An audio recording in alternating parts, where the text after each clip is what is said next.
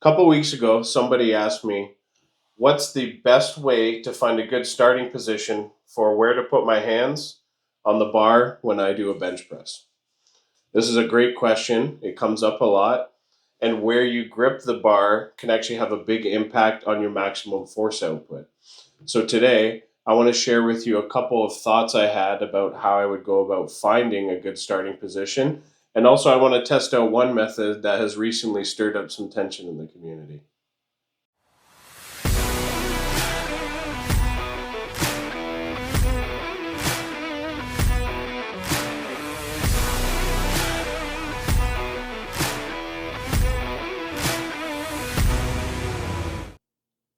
Okay, so when I heard this question, I had two methods that came to mind right away.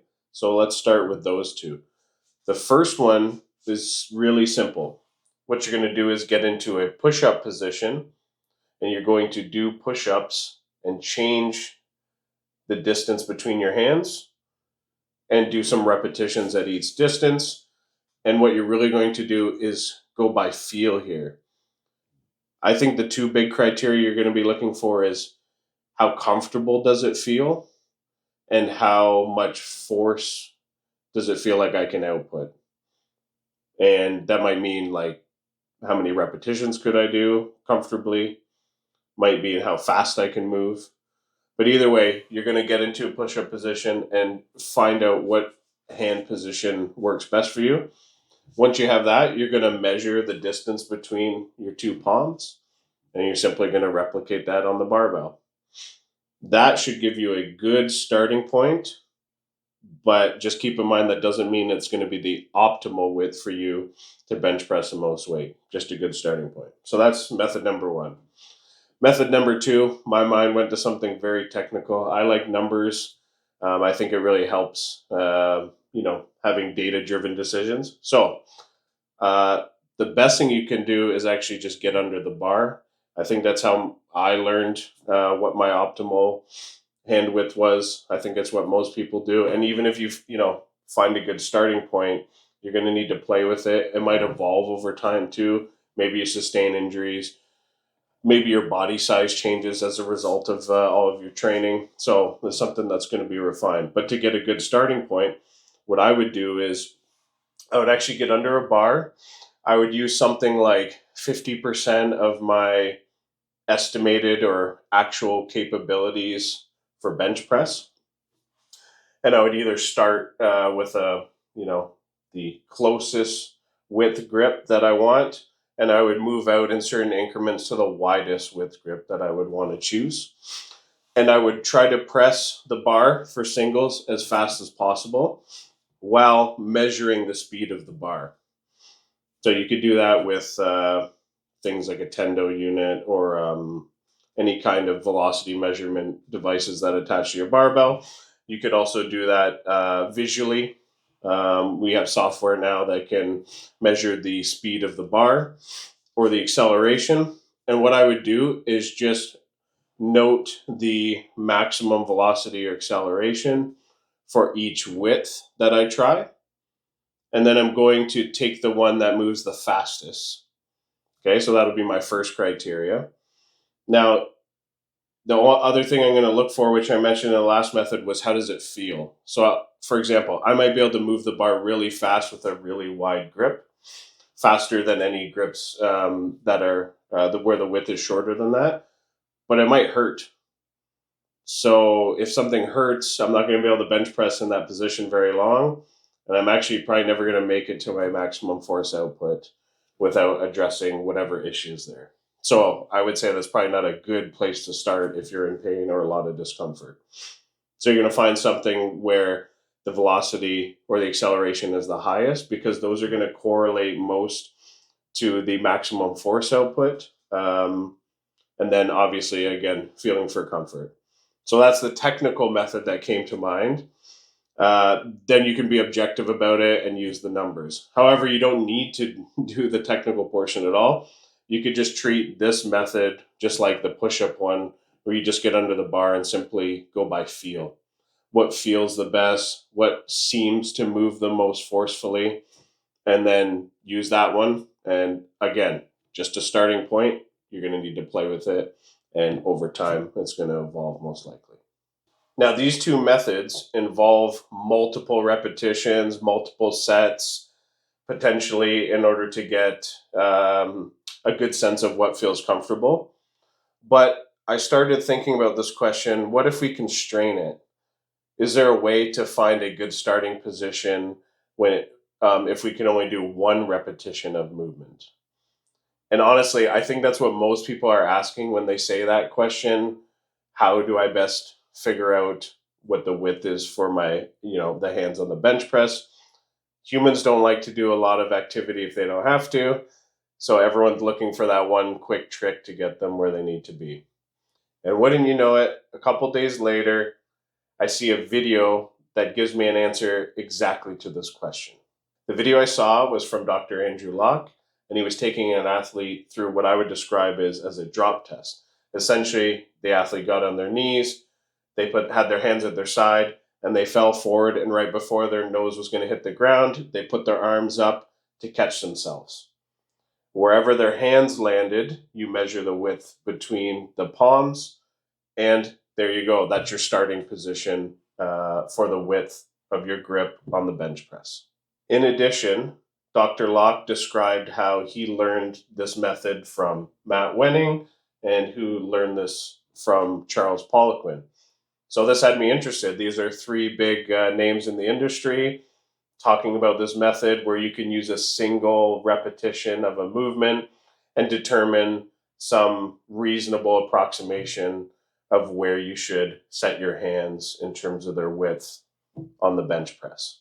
After seeing this video, I've felt pretty interested. Honestly, I wanted to try it myself, but I didn't get a chance right away. I think the same day I saw this video was the day that our newborn daughter arrived in the world. And so, as you can imagine, my work got a little bit delayed. During the next couple of days, this video actually got introduced as part of some tension between a couple of members in the community with, and I'm quoting here, I heard the methods referenced as something I thought was kind of dumb. And I thought, well, an opposing opinion.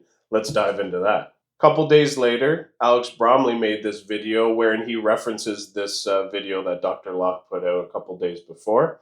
Now, the purpose of Alex's video was actually calling out Matt Wenning about his recent doctoral degree and the use of the word doctor and whether that was appropriate or not.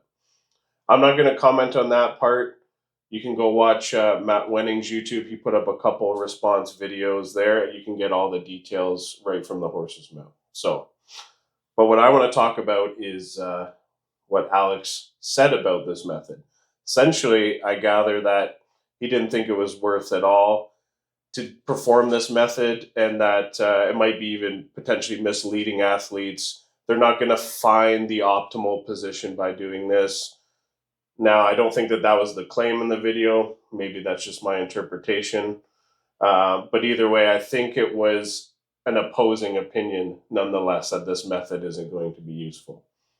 Now, I found this very interesting because here we have some big names on one side saying, hey, this is useful. They're obviously teaching people to use this method to get a starting point for the width of their hands on the bench press. We have someone else saying, nope, that's dog shit. I wouldn't do that. You're actually going to have to just kind of get under the bar and figure it out other ways. To me, I think this is ripe for experimentation. And so that's what I want to do. Look, instead of theorizing about it, what Alex or anyone watching can go do is get in the gym and try it yourself. Probably be a lot more fruitful than having some personal attacks or having things to devolve into some pissing match. So, with that said, let's get out there and try it. All right, so here we are in the gym. We're going to do a little experiment here. It's going to be a bit different than trying to answer the question about what should my starting width be if I'm just learning to bench press, because I'm an experienced bench presser. I've been doing this a long time, competitively over a decade, just to give you some perspective there. So what we're actually going to do is test the method that was proposed and see how well it can predict what my optimal bench press gripped width should be. I already know what it is. I'm well attuned to it. I use anatomical markers, which I'll show you later on the bar. That puts me in the right position for me every time. It's been that way for a while. Just for reference, I've been a 400-pound bencher for the better part of a decade, something like that. So what I'm going to do then is I'm going to do a set of 10 of these drop tests, and I'm going to measure the width between my hands after every test. That way, not only can we see how well that predicts what my optimal bench press width is, which I already know, but we can see, is there some variability to this test? How well do you get the same answer if you continue to do the test over and over again? So I think I'm going to try about 10 repetitions of this. Now, I don't have somebody to help measure for me. That would be the ideal case, but that's okay. It's just a simple test. I'm just going to do what I can. What I'm going to do is I'm going to chalk up my hands really well. I'm going to do the drop test. Obviously, the chalk from my handprint is going to leave a mark on the floor. Then I'm going to measure in between those marks. And then after every measurement, I'm going to clean the floor with a wipe. That way, my previous test has the least amount of influence on the subsequent tests. And then that way, hopefully we'll have the best results about the repeatability and remove any positional bias that might be there because of the existing marks on the floor. Okay, so let's see how it goes. Tape measure.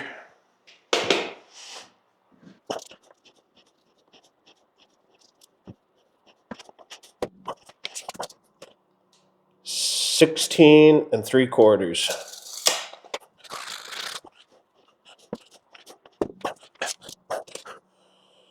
18 3/4.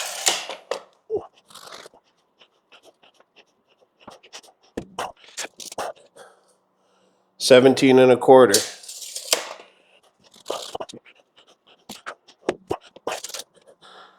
17 1/2.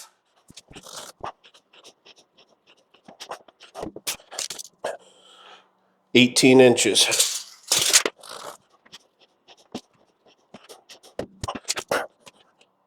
18 1/8.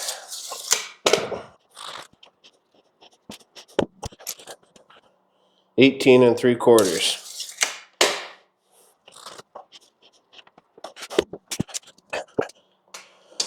16 1/2.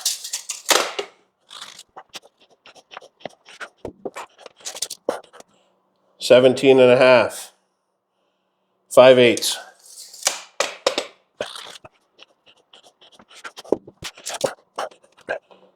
17 1/4.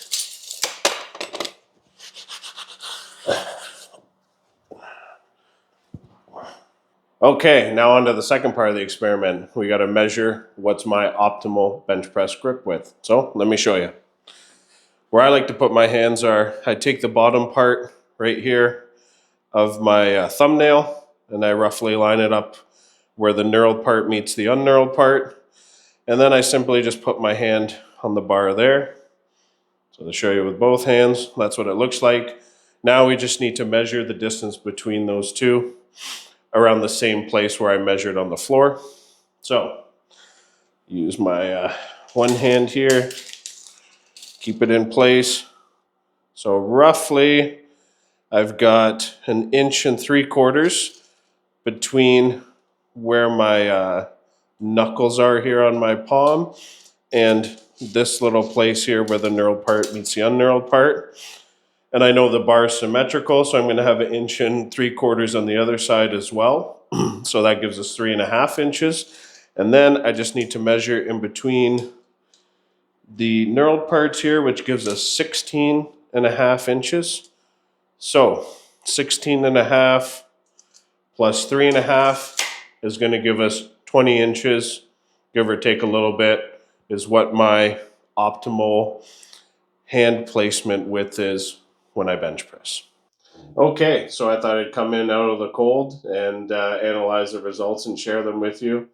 This way, it minimizes the risk of me waking up my newborn baby as well, so that's always good. So let's talk numbers then. The average width of my hands I measured out of all the 10 tests that I did was 17 and 3/4 inches. Now, let's compare this to the optimal I measured when I showed you guys was 20 inches. That's on the surface, maybe quite a bit of difference. However, the absolute difference there being, 2 and 1/4 inches basically means that if I took that width, 17 and 3/4 inches, I'd only be about a finger's width away from my optimal bench press grip width on each side. So when you take that into perspective, honestly, I'd say it's pretty good for finding a starting point. It didn't get me to optimal, that's for sure. But being a finger widths away from where my optimal range is, I'd say that's a pretty good test if you're just getting started and you have no conception about where you should put your hands. However, I do want to talk about the variability of this test that I observed. So the shortest distance I measured between my hands was 16 and 1/2 inches, and the largest measurement was 18 and 3/4 inches, which means there's about 2 and 1/4 inch difference between the shortest measurement and the longest measurement. What that means is that if I dropped one time and I happened to hit, say, the shortest measurement, I'd be a few inches away from my optimal. Now, maybe that's not so bad to be a couple fingers widths away, something you'd probably figure out when you go to press it. For me, I bet that would feel like really constraining my arms, trying to find space against my torso. And I'd quickly learn, okay, I move that out. But it does highlight that there's some variability in this test. So, based on that, my recommendation is that if you want to use this test, it might not be best suited with just performing a single repetition. So just like the other two methods I shared, I'm going to guess that this would be best served if you did multiple repetitions just like I did and took the average as your starting point. I think that's going to give you pretty good place. Again, for me, that was about one finger's width away from where my optimal bench press grip width is today. So I hope you learned something today. Those are my thoughts on a few methods you can use to try to determine a good starting point for your bench press grip width. Remember, it's just a starting point. I don't think any of these tests are likely to get you to the optimal place, and especially because that optimal might change, as I described before, for a bunch of factors. And now I want to leave you with one final thought. The great thing about any strength training, claims, methods, principles is that you can just go in the gym and try them out for yourself. And I encourage you to do this. And if you do this, people are going to take you much more seriously than if you're just theorizing about it or telling people how their ideas are garbage. Now, finally, I have a question for you. What did I miss?